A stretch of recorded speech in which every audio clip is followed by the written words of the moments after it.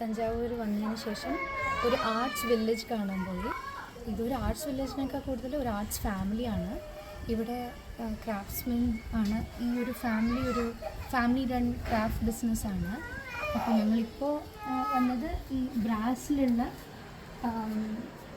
ചെറിയ ചെറിയ പ്രതിമകൾ ചെയ്യുന്ന സ്ഥലമാണ്. ഇവിടെ നാട്ടിലുള്ള ഷോപ്സിനെ കമ്പയർ ചെയ്യുമ്പോൾ പൈസ കുറവാണ്. അവരിവിടെ തന്നെ വീട്ടിൽ തന്നെ ചെയ്യുന്നതാണ് ഈ പ്രതിമകളെല്ലാം. നമ്മൾ 2 വാങ്ങി. അപ്പോൾ അവരത് പോളിഷൊക്കെ ചെയ്ത് നല്ല ഭംഗിയാക്കി തന്നു.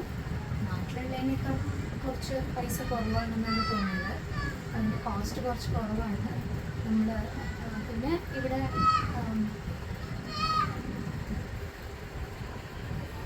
ഇതൊക്കെ കാണിക്കുന്നുണ്ട്.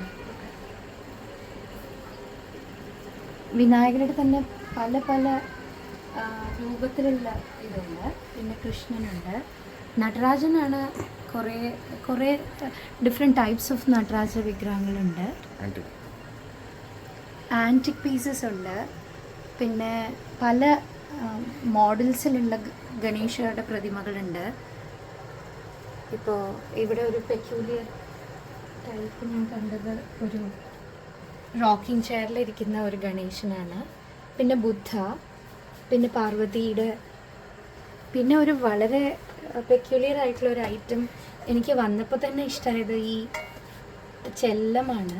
ഇത് ഒരു ആൻറ്റിക് പീസാണ്. ഇവരാണ് ഇതിൻ്റെ ചെയ്യുന്ന. ഈ ആൻറ്റിക് പീസിന് ഇവർ 6000 റുപ്പീസാണ് പറഞ്ഞത്.